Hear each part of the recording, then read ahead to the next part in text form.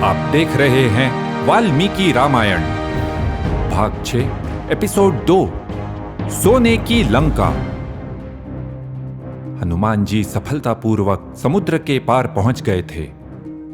फिर वन उपवनों से होते हुए वे लंकापुरी के पास पहुंचे। क्या दृश्य था वो! गिरिमूर्ध्नि स्थिताम लंकाम पुरीम आकाशगामिव। पर्वत पर बसी लंकापुरी ऐसी लगती थी मानो आकाश को छू रही हो, हवा में तैर रही हो। नगरी के चारों ओर गहरी खाई थी। उसके पीछे एक स्वर्ण जड़ित परकोटा था। अनेक राक्षस शस्त्र हाथ में लिए सुरक्षा में खड़े थे। नगरी सुनियोजित और अद्भुत थी। अचिंत्याम सुकृताम, वैभव और संपन्नता का प्रतीक। ये देख हनुमान जी के मन में संदेह हुआ। आगत्या पीह हरयो भविष्यन्ति निरर्थकाः। वानर यहां तक पहुंच भी गए तो क्या होगा? राक्षसों को हराना तो असंभव लगता है।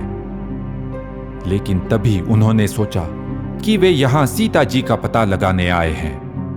अभी उसी पर ध्यान देना है। सबसे पहले पहरेदारों की नजर से बचकर नगरी में प्रवेश करना है। हनुमान जी ने रात होने तक प्रतीक्षा करने का निश्चय किया। फिर जब वे अंधेरे में नगरी की ओर बढ़े तो अचानक एक पहरेदार ने उन्हें पकड़ लिया। ये कोई सामान्य रक्षक नहीं थी। वो बोली, अहम ही नगरी लंका स्वयमेव प्लवंगम। वानर, मैं ही लंकापुरी हूं। हनुमान जी ने उसको समझाया, लेकिन उसने बात नहीं मानी और उन पर हमला कर दिया। तब हनुमान जी ने उसे परास्त कर दिया और उसे उन्हें रास्ता देना पड़ा। सुंदरकांड में आगे क्या होने वाला है उसकी एक झलक दी है यहां वाल्मीकि जी ने। लंका के राक्षस हनुमान जी को पकड़ लेंगे, लेकिन अंत में हनुमान जी ही विजयी होंगे। अब हनुमान जी चुपके से नगरी की उत्तरी दीवार लांघकर भीतर चले गए। वहां उन्होंने चौड़े मार्गों से सुशोभित सुंदर नगरी देखी। प्रविवेश पुरीम रम्याम प्रविभक्त महापथाम। याद कीजिए, वाल्मीकि जी ने बालकांड में अयोध्या का भी ऐसा ही वर्णन किया था। लंका में 7-8 मंजिलों वाले अनेक ऊंचे भवन थे। सप्तभौमाष्टभौमैश्च। इन सुंदर भवनों में सोने और चांदी के स्तंभ थे। खिड़कियों में रत्न जड़े हुए थे। सोने की परत वाले तोरण थे। चंद्रमा के प्रकाश से नगरी जगमगा रही थी। रात के समय लंका के राजमार्ग से होते हुए हनुमान जी वहां का जनजीवन देखते चले। सब जगह रावण के सैनिक खड़े थे, कड़ी निगरानी रखे हुए थे। उनसे बचते हुए हनुमान जी लंका के भव्य प्रासादों तक जा पहुंचे। वहां आंगन और छतों पर उत्सव चल रहा था। हनुमान जी को करधनियों, घुंघरुओं तथा वाद्यों की ध्वनि सुनाई दी। हर तरफ से संगीत और हंसने खिलखिलाने की आवाजें आ रही थी। वाल्मीकि जी ने यहां लंका का विस्तृत वर्णन किया है।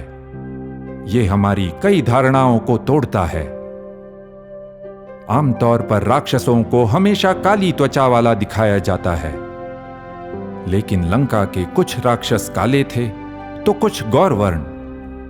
सामान्य रूप से राक्षसों को भयानक और क्रूर समझा जाता है, परंतु वाल्मीकि जी कहते हैं राक्षस थे विरूपान सुरूपान बहुरूपान। कुछ देखने में विरूप तो कुछ बहुत सुंदर। वे विविध प्रकार के थे। कुछ जानवरों की खाल पहने हुए थे तो कोई सुंदर वस्त्र आभूषण भी धारण किए हुए थे। कुछ राक्षस मदिरा के नशे में एक दूसरे को गालियां दे रहे थे तो कहीं शुश्राव जपतान तत्र मंत्रान रक्षो गृहेषु वै स्वाध्याय निरतांश्चैव या तुधानान ददर्शसः। कुछ घरों में हनुमान जी ने राक्षसों को मंत्र जाप करते हुए स्वाध्याय करते हुए भी देखा। ये कैसे हो सकता है? मैं समझती थी कि राक्षस तो धर्म को नहीं मानते थे, फिर वे मंत्र जाप कैसे कर रहे थे? ये बहुत महत्वपूर्ण बात है, इसलिए हम सीता जी की खोज से पहले इसी बात को और देखते हैं कि राक्षस आखिर थे कौन। पहले हमने ताड़का, विराध और कबन जैसे राक्षसों को देखा। वे लोग जन्म से नहीं, कर्म से राक्षस हुए। वे सभी अलग अलग स्थानों और समुदायों में पैदा हुए। तीनों ही अपनी हिंसा और क्रूरता के कारण राक्षस बन गए।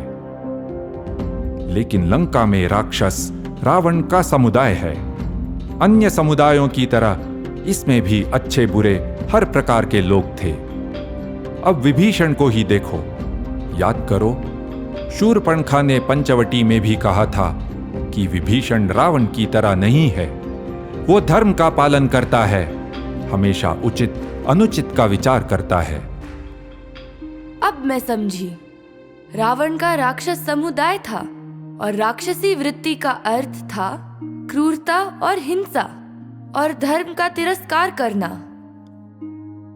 हाँ, लेकिन याद रखो कि रावण का राक्षस समुदाय भारत में रहने वाले अन्य समुदायों से अलग नस्ल, रेस का नहीं था। उसकी सांस्कृतिक जड़ें भी भिन्न नहीं थीं। रावण के पिता विश्रवा राक्षस नहीं, मुनि थे, लेकिन उसकी मां कैकसी राक्षसी थी। तो स्पष्ट है कि राक्षस कोई अलग नस्ल नहीं थी। रामायण में हमें ऐसे भी कई प्रमाण मिलते हैं जो लंका के राक्षसों के वैदिक मूल को दर्शाते हैं। लंका में आगे हम यज्ञ वेदियां देखेंगे, लोगों को वेदों का पाठ करते हुए सुनेंगे। अभी भी हनुमान जी ने लंका में मंत्रोच्चार सुना, कुछ भवनों पर स्वस्तिक चिन्ह भी देखे। तो स्पष्ट है कि राक्षसों के साथ होने वाला ये युद्ध दो विरोधी नस्लों के बीच नहीं था, वेदों को मानने और न मानने वालों के बीच भी नहीं था। क्या राक्षसों को असुर भी कहते हैं? असुरों और देवताओं के बीच का संघर्ष श्री राम के काल से भी पुराना है और राक्षसों की उत्पत्ति देवताओं से हुई। इसलिए राक्षस असुर नहीं थे। फिर भी राक्षसों और असुरों का व्यवहार एक जैसा था, इसलिए कभी कभी राक्षसों को असुर भी कहते हैं। तो अब फिर हम अपनी कथा की ओर मुड़ते हैं। सीता जी की खोज करते हुए हनुमान जी अब रावण के महल में जाएंगे। आगे क्या होता है हम देखेंगे अगले एपिसोड में। इति ह आस, ऐसा ही हुआ था।